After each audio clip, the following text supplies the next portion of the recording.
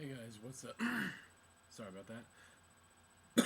Oh man, I am so sorry about that. Hey guys, what's up? This is the other half 1993 here with again, for lack of a better name for a blog, YugiRant. YugiRant. I really tell you what, if you guys have suggestions for a new better name, I am more than open to hear them, and you can comment below and tell me what you think. Throw ideas at me. But what I wanted to talk about is, in this episode, is the upcoming release of a couple new cards and new sets that we're going to be seeing here pretty soon.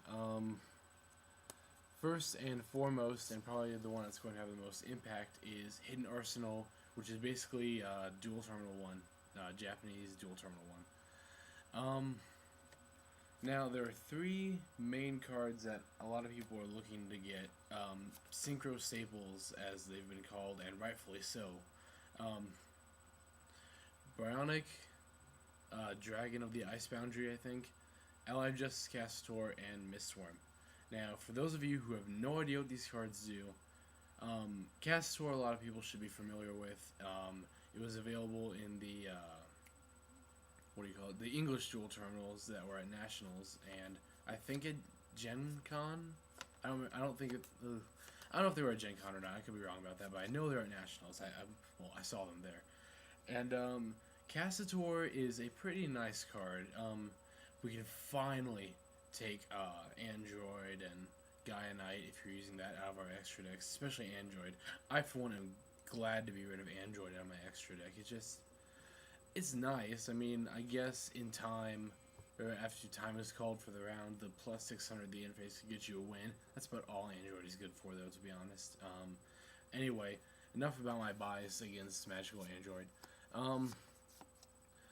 So, Cassator is a level 5 Dark Machine with 22 attack, and I don't know his defense, I think it's 15. It's not really important. But Cassator has an amazing effect that before damage calculation, it will kill any non-dark monster it battles. Any non-dark monster. Now, unfortunately, Cassator is obviously very weak to Blackwing or Vayu Turbo. Two decks are very popular right now. Geyseris could also attack it. But the fact that it can hit, or can avoid being hit by anything else, it can kill anything else, that's just phenomenal. I mean, especially against stuff like Lightsworn. Cassator, I can't stress enough, is amazing against Lightsworn. Because you can just sit there and ram into their, I don't know, Celestias, JDs, if you summon Cassator after they brought it out. Really, Celestia and JD, or maybe Plague Spreader, are the only outs that Lightsworn has to Cassator. And it's just phenomenal how good of a card Cassator is. Castor can hit any Lightsworn monster without fear of Honest because it destroys the monster before damage calculation. Honest never gets a chance to happen, which is really nice.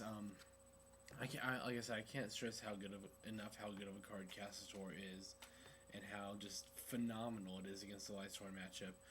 Again, Blackwing and Vayu Turbo are really popular right now, and Castor doesn't do jack against them. And like I said, Geyseris can still hit Cassator, but really Cassator is just a really good card. The next one is Bionic, which is Bionic was an ungodly broken card when it was first introduced in Japan. Now it's alright. It's still a really good synchro monster. Bionic is a level 6 Sea Serpent Water, I think. I want to say 23 attack, 23 or 24 attack. Basically, anytime during your main phase, you can discard any number of cards from your hand to bounce that number of cards on the field to the owner's hand. This is not limited to once per turn. You can do it any number of times per turn. But that's just a phenomenal effect.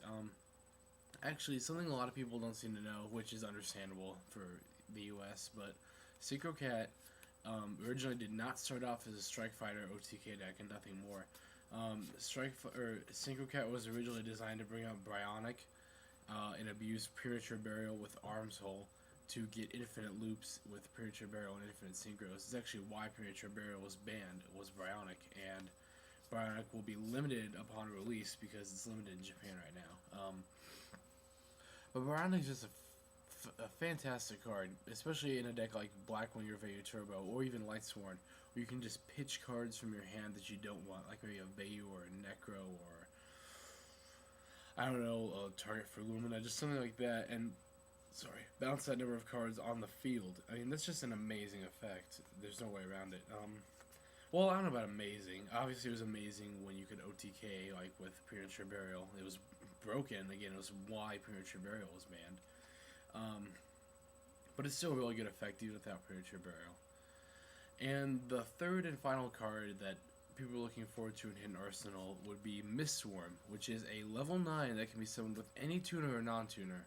Now, the only other level 9s we've had in the game so far are Hyper Psychic Blaster and double x-saber Gothams. Hyper Psychic Blaster required a Psychic non-tuner, and it's really not that good of a synchro monster, so naturally people didn't use it. Double x-saber Gothams is a little more accessible. You need an Earth tuner, you need Earth non-tuner. No, you need Earth monsters besides the tuner. Sorry, because you can use multiple tuners for Gothams. But even then, Gothams didn't really help. I mean, yeah, it was a 31 beat stick, and if you really had to, you could distribute it to discard from your opponent's hand, but it wasn't that great in general. But Mistswarm is a nice card. It uses any tuner. You need 2 non-tuners, but with level 9, that's bound to happen anyway. Unless you were going to go for like a level 6 and level 3 tuner. You can't do that. But level 9, again, 2 non-tuners were bound to happen anyway. But Mistswarm is a 2500 Wind Reptile, I'm pretty sure. When you synchro summon it to the field successfully, it bounces 3 cards on the opponent's field of their hand. Actually, I think either player's field, which is, again, I don't use the word phenomenal. It is a pretty good effect, though. It's definitely worth the level 9, because it can effectively clear the opponent's field and do a guaranteed 25, plus, whatever else you're going to do. Again, Mistswarm, it can be pretty difficult for the average deck to summon. I would still always keep one of my X-Drake, though, because if you have like a tuner and a monster, you can like brain or mind control an opponent's monster and take that and go for level 9. It's just a really good card to have. You can take stuff like Magical Android or Ancient Fairy Dragon or Gaia Knight. If you have those on your X-Drake, you can just drop those from the extra deck for these 3 cards. So that's all for Hidden Arsenal.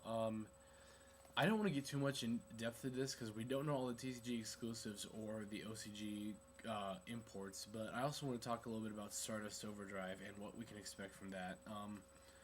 As far as the base set without the exclusives or OCG imports, like the original Japanese set of Stardust Overdrive goes, really it's more or less the same as Ancient Prophecy. It's not a bad pack, but it's not a phenomenal pack either. As far as like what's gonna be tier, at least, well, not tier 1, but at least competitive after Stardust Overdrive, the only thing I can think of offhand is the Fortune Ladies, which not a lot of people, but a good number of people looking forward to. Those of you who don't know what they are, well, you should know what they are, because fortunately, Lighty and Fiery were released in Ancient Prophecy. Lighty, if you remember, when she's removed from play while on the field, can special summon a Fortune Lady from the deck. And there's a lot of confusion about that because it says removed from the field, but it does have to be removed from play while on the field. It's not removed as in leaves the field, it's removed as in removed from play. Which is easy enough with Fortune Vision, which is Fortune Lady's field spell. And I guess you could use Dimensional Fissures and Macrocosmos, those might be good in Fortune Ladies. But Fiery, and so Lighty brought out a Fortune Lady from the deck. Fiery, what she did was when she was summoned,